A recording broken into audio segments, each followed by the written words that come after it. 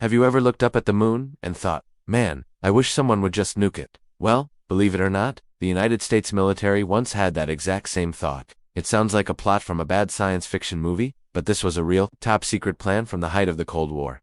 Let's set the scene. It's the late 1950s. The space race is in full swing, and the Soviet Union has just stunned the world by launching Sputnik, the first artificial satellite.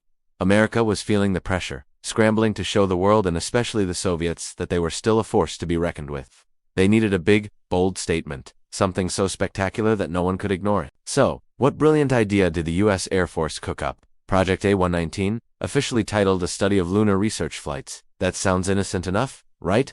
But the real goal was anything but. They wanted to detonate a nuclear bomb on the surface of the moon. Yes, you heard that right. The plan was to launch a missile carrying a small atomic warhead, about the same size as the one dropped on Hiroshima, and slam it into our celestial neighbor. The primary objective wasn't scientific, though they did have a team of scientists, including a young Carl Sagan, working on it.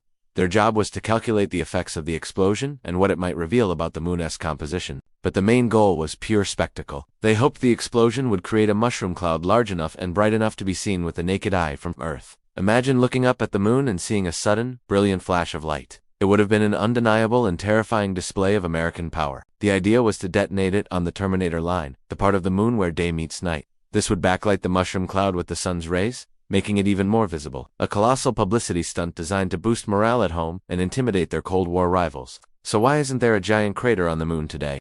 Thankfully, common sense prevailed. The project was eventually scrapped for a number of reasons. The biggest concern was public reaction. What if the mission failed?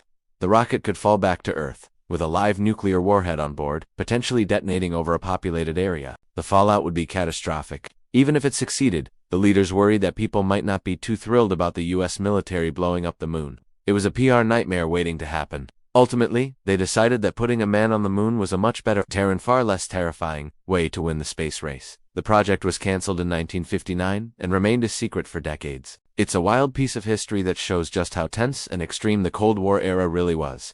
Next time you look up at the peaceful, shining moon, just remember, it came surprisingly close to getting a very violent makeover.